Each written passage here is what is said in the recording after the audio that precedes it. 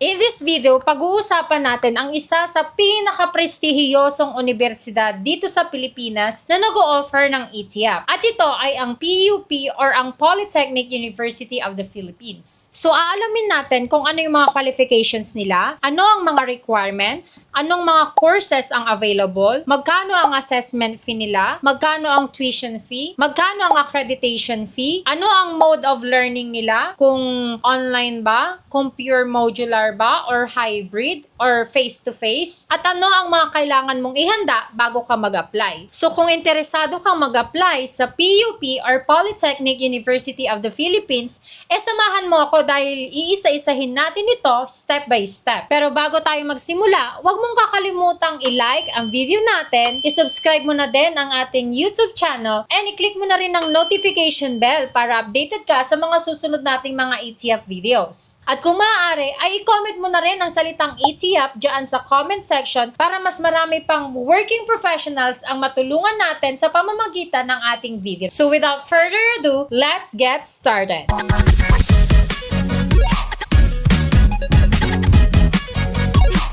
Bago tayo pumunta sa mga requirements, ay pag-usapan muna natin kung qualified ka nga ba talaga. So number 1, na minimum requirement para makapag-apply ka sa ETIAP ay kailangan Filipino citizen ka. Number 2, kailangan 23 years old ka and above. Number 3, kailangan at least high school graduate ka. So kung ikaw ay hindi na naabutan ng old curriculum, ay kailangan 4th year high school graduate ka. Pero kung ikaw naman ay naabutan ng new curriculum, yung meron ng K-12, yung meron ng grade 11 and 12, kailangan at least senior high school graduate ka. And number 4, kailangan meron kang 5 years minimum of relevant work experience. So ayun po yung mga qualifications or minimum requirements para makapag-apply ka po sa ETIAP. Pero importanteng tandaan po natin na hindi ibig sabihin na na-meet mo itong minimum requirements, automatic accepted ka na. So kailangan mo pa rin mag-submit ng mga requirements at dumaan pa rin sa assessment. So speaking of requirements, ito pong mga requirements na babanggitin ko po sa inyo ay ito po talaga yung mga requirements na pinapasubmit ng PUP. At ang number 1 po rito ay ang letter of intent. So dito mo po ipapahayag na interesado ka mag-apply sa PUP ETIAP at kung anong program ang gusto mong kunin. So importanteng tama ang addressee ng letter mo at siguraduhin mong ginagamit mo ang latest format or instructions from PUP. So once ready na ang letter of intent mo, kailangan naman natin ng recommendation letters. So sa PUP,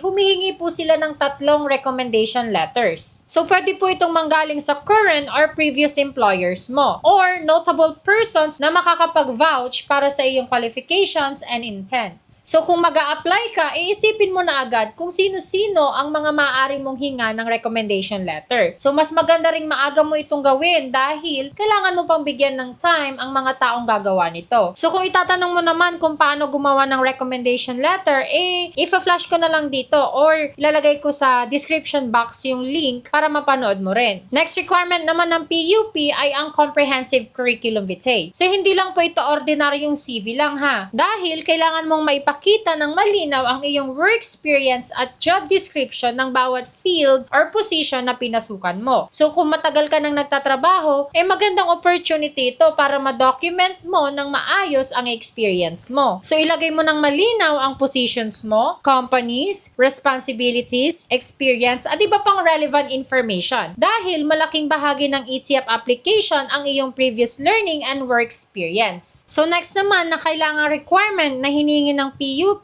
ay ang iyong academic records. So kabilang na po rito ang transcript of records or ang TOR. So kung ikaw ay college undergraduate or graduate ka talaga ng college, kakailanganin mo pong mag-request ng TOR from your previous school. Or kung ikaw naman ay high school graduate, kailangan mong mag-request ng Form 137. Or kung ikaw ay ALS graduate, yung Alternative Learning System graduate, kailangan meron kang certification na nakalagay doon na eligible for college ka. So next naman ay ang course description. So hindi lang po TOR ang kailangan. Kailangan mo rin po ng course description ng lahat ng subjects na kinuha mo sa last school attended mo. So kung may previous college education education ka, make sure na ma-request mo rin ang course description ng mga subjects na kinuha mo doon. Next naman natin ay ang iyong honorable dismissal from your last school attended. So required mo po itong kunin after ng enrollment mo sa PUP. So ngayon, pumunta naman tayo sa isang pinaka-importanting requirement. So ito po ang iyong service record or ang iyong certification of employment. Since work experience ang isa sa mga pangunahing qualifications ng ETIAP, ay kailangan mo magkaroon ng proper documentation ng iyong employment. So kung maaari, dapat malinaw ang employment details at ang position or work na ginawa mo. Kaya kung currently employed ka or may previous employers ka, ay magandang simulan mo na ang pag-request ng iyong COE or service record. Next naman na requirement natin ay ang 2 pieces of latest 2x2 pictures. So kailangan po colored ito at dapat may white background. So kailangan mong i-prepare ito in advance para hindi ka nagmamadali kapag kompleto na ang ibang mga requirements mo. Next naman na requirements ay ang iyong PSA birth certificate. At kung ikaw naman ay female married applicant, kailangan mo ring idagdag ang iyong marriage certificate. So take note lang po, kailangan po original, okay? Original PSA document ang kailangan nyo pong ipasa sa PUP. Next naman po ay ang Students Prior Learning Sheet Form 1. So downloadable po itong form na to. So ilalagay ko na lang po yung link kung saan nyo po madadownload ito sa description box. So ito po ang isa sa mga forms na kailangan mong ihanda as part of your application. Kaya habang ginagawa mo ang ibang requirements, make sure nakasama rin ito sa mga checklist mo. Next naman po ay ang ETIAP application form. So downloadable din po ang form na to. Ilalagay ko na lang din po yung link kung saan nyo po madadownload sa description box. Okay? And kung magtatanong naman kayo kung paano po mag-fill out ng ETIAP application form, ay gumawa rin po ako ng video about dito sa pag-fill out po nito step by step as in, okay? Ilalagay ko na lang din po yung link ng video na yon sa description box. So next naman po natin ay ang mga supporting documents. So ano nga ba itong mga supporting documents na to? So ito po yung mga certificates from your seminars, trainings, conferences, or workshops. So kung mayroon ka ding recognitions or awards na relevant sa iyong work experience, isama mo rin yun. So kung meron kang professional licenses or professional examinations na napasa mo, prepare those documents as well. Meron ding research or published articles, certificates of membership, at even pictures showing in your workplace. So in short, kung mayroon kang documents na makakatulong na maipakita ang iyong experience, skills, trainings, and professional background, magandang maihanda mo rin ang mga ito. At kapag kumpleto na ang iyong mga requirements, kailangan mong ilagay ang mga documents mo sa long white folder. So bago ka pumunta sa PUP, ang goal natin ay simple lang. Kailangan complete, organized, and ready na ang mga requirements mo. So mas maganda na maayos na ang documents mo bago ka pa pumunta kaysa naman doon ka pa maghahanap ng mga kulang. So ngayong alam na natin ang mga requirements ng PUP, pumunta naman tayo sa mga degree programs na ino-offer nila under ETIAP. So meron po silang 6 na courses na ino-offer under ETIAP. So number 1 ay ang Bachelor of Science in Business Administration, major in Marketing Management. Number 2, Bachelor of Science in Business Administration, major in Human Resource Development Management. Number 3, Bachelor of Science in Office Administration. Number 4, Bachelor of Science in Political Science. Number 5, Bachelor of Arts in Broadcasting. And number 6 ay ang Bachelor in Cooperatives. So kung sa tingin mo ang iyong work experience ay akma sa isa sa mga courses na ino-offer nila, ay pwede mo ipasa yung mga requirements mo sa kanila for assessment. So speaking of assessment, magkano nga ba ang assessment fee sa PUP? So ang assessment fee po sa PUP ay nagkakahalaga ng 3,200. So kailangan mo pong magbayad nito upon submitting your documents or requirements to them para po ma-assess nila yung mga documents mo. So kung gusto mong mas mabilis ang assessment ng mga requirements or documents mo, mas magandang mag-walk-in ka sa kanila. Kasi pag natsambahan mo na walang gaanong applicants, pwedeng malaman mo yung result on the spot na pinasa mo yung requirements mo. At may mga available assessors na pwedeng mag-assess ng iyong application. Based sa mga testimonies ng mga nakapunta na sa PUP na direct direct talagang nag-walk-in doon para ipasa yung mga requirements, pwede ka nilang ma-assess agad and pwede kang mag-enroll on that day din kapag pumasa ka sa assessment. So, based po yan sa mga testimonials ng mga naka-experience na mag-apply sa PUP na nag-walk-in. So, ngayon naman, pumunta naman tayo sa tuition fee. So, sa PUP po, ang tuition fee po nila per unit ay 1,600 pesos. So, ang total tuition fee mo ay nakadepende kung ilang subjects at units ang ibibigay po nila sa'yo. So, hindi po pare-pareho ang bilang ng subjects or units na ibinibigay kada student. Kasi po, nakadepende po iyan sa mga documents or mga credentials na ipapasa mo sa kanila. Yun po yung i-assess po nila, yung binayaran mo kanina na 3,200. Yun po yung bayad sa pag-assess nila sa mga credentials mo. So, kapag na-assess na nila yun, dun mo po malalaman kung pasado ka or hindi. So, kung pasado ka naman, doon mo malalaman din kung ilang mga subjects, kung ilang units yung total na ibibigay nila sa'yo na kailangan mong i-take. So, para mas maintindihan mo yung computation sa tuition fee, magbibigay tayo ng example. So, for example po, binigyan ka ng PUP ng 10 subjects. So, sa 10 subjects ngayon, equivalent ng each subject is 3 units. So, 10 times 3 equals 30 units. Ang per unit po ay nagkakahalaga ng 1,600. So, 30 units times 1,600. So, ang total tuition fee mo ay 48,000. Yan po yung total tuition fee mo pa lang yan ha. Hindi pa po kasama yung other fees. Tuition fee pa lang po yan. So, let's have another example. For example naman, 15 subjects yung ibinigay sa'yo ng PUP.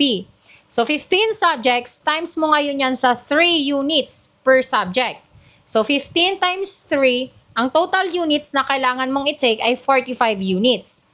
So, ang per unit ay nagkakahalaga ng 1,600. So, 45 times 1,600, ang total tuition fee mo ay 72,000. Ganyan yung computation niya, guys. Ang susunod na fee naman ay ang accreditation fee. So, aside sa tuition fee, meron pa tayong accreditation fee. So, ang accreditation fee naman ay nagkakahalaga siya ng 100 pesos per unit. So, ito po ay para sa mga subjects na makikredit sa applicant upon graduation. So, for example na lang sa accreditation. So, kunwari, ang ma-accredit sa'yo ay 50 units. Okay, times mo ngayon yan sa 100 pesos per unit. So, ang accreditation fee mo ay nagkakahalaga ng 5,000 pesos. So, yun na po yung accreditation fee mo. So, madadagdag po yan sa total expenses mo. At syempre, ang last but not the least ay ang miscellaneous fees. So, hindi po mawawala ang miscellaneous fees natin. So, meron po tayong ID card na 100 pesos, registration fee na 100 pesos, graduation fee, alumni fee. So, mag-ready po kayo ng around 2,500 pesos dyan po. So, yun po yung mga fees na kailangan nyo pong bayaran kapag na-accept po kayo sa PUP. At ngayon naman, pag-usapan naman natin ngayon yung mode of learning po nila. Kung online ba, kung pure modular ba, kung pure face-to-face ba, kung hybrid ba. Ayan siya, guys. So, ang maganda po niyan sa PUP, ang mode of learning po ng PUP ay pure modular po. At kapag sinabi po natin na pure modular learning, meaning po, ikaw mismo ang mag-aaral gamit ang modules or learning materials without regular face-to-face or live online classes. So, ikaw ang gagawa ng lessons, activities, at requirements based sa schedule ng school. So, napaka-perfect po ng learning setup na ganito, lalo na kung ikaw ay OFW or full-time working professional. Ayun guys, I think nasabi ko na lahat ng kailangan nyong malaman tungkol sa PUP.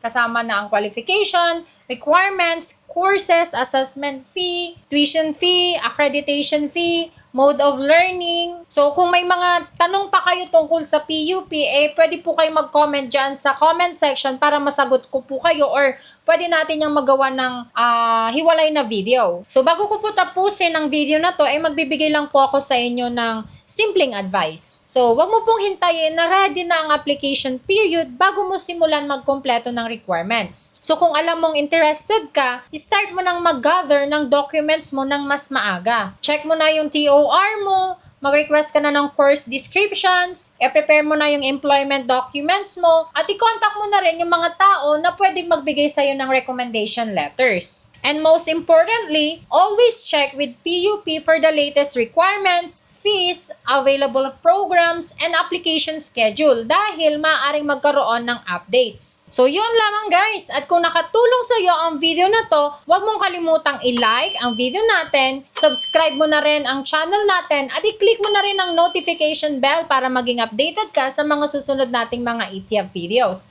At huwag mo rin kalimutang i-comment sa baba kung may mga questions ka, or i-comment mo dyan sa baba ang word na ETF para mas marami pang makakita ng mga working professionals about dito sa ETF program at makatulong din tayo sa kanila. Okay guys, thank you for watching. Goodbye!